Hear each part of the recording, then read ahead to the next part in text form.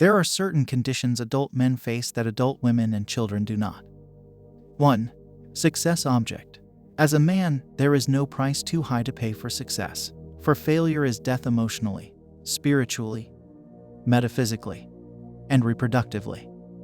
You are a successful object. Never forget it, except you are powerless to change it, for nature has designated it. Women and children are loved unconditionally. Men are loved under the condition that they are successful. If you are a man who is unsuccessful, nobody will care whether you live or die.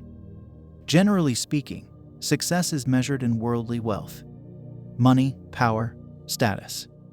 There are many women who make the choice to pursue success. Men have no choice. 2. Pareto Distribution. Among men you will find that success is Pareto distributed.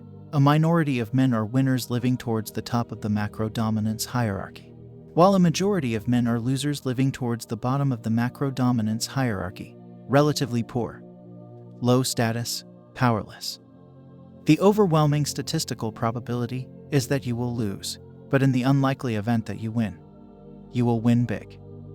Your life is in some sense a very long version of the Hunger Games. Do you ever get the feeling that the gods are laughing at you and are placing bets on how long it will take for you to realize that you're doomed? Men living towards the bottom of dominance hierarchies have this feeling every minute of their lives. 3. Expendable. As an adult male, your life is expendable. The lives of females are reproductively critical, while the lives of males are reproductively expendable. If you are suffering for whatever reason, you will be granted far less compassion and assistance than a woman or child would be. And this will be the case regardless of whether you are successful or unsuccessful. Women have an instinct to protect children. Men have an instinct to protect women and children. Nobody has an instinct to protect men. As a man, you must look out for yourself because nobody else will bother with saving you. There is a point in your life, probably around the age of 16, when people will stop viewing you as a boy and start viewing you as a man. This transformation is often quite painful since as a boy your life was viewed as critical, but as a man, your life is viewed as expendable. 4. Zero-sum.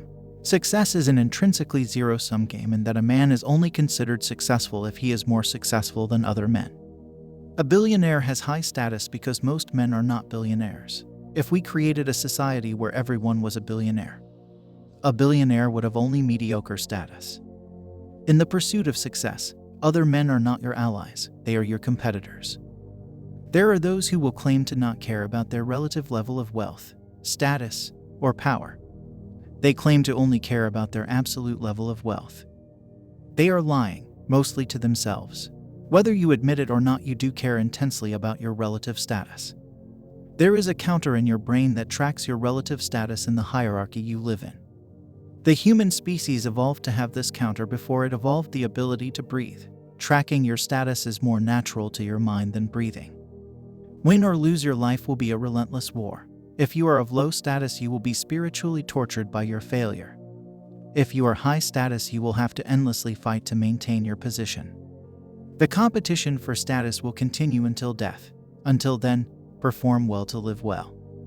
5. Capitalism as status competition. One underappreciated virtue of capitalism is this: it gives men a venue where they can compete for power and status that is productive rather than destructive. For most of human history, the way men competed for status was warfare. Whoever was the best at killing people was the winner. Capitalism, a competition where whoever can make the most money is the winner, is certainly a better way of running civilization than endless combat. Conclusion: if you are a man, never go looking for sympathy. It is unlikely to win you assistance, for more likely is that it will win you scorn. Women and children who are weak are helped, men who are weak are scorned. If as a man you are the beneficiary of some form of altruism, be eternally grateful to the person who helped you. Such people are extraordinarily rare.